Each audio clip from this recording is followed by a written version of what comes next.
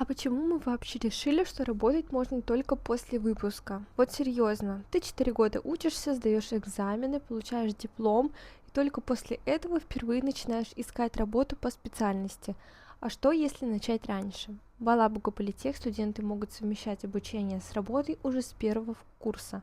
И мне кажется, в этом есть огромный плюс, потому что ты сразу понимаешь, как знания из учебы применяются в реальной работе.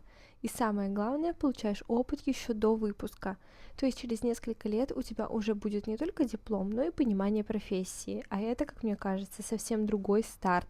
И еще один момент, который меня удивил. Первый год обучения оплачивает сам образовательный центр, а со второго года обучение стоит примерно 6-9 тысяч рублей в месяц. При этом студент уже работает и получает доход.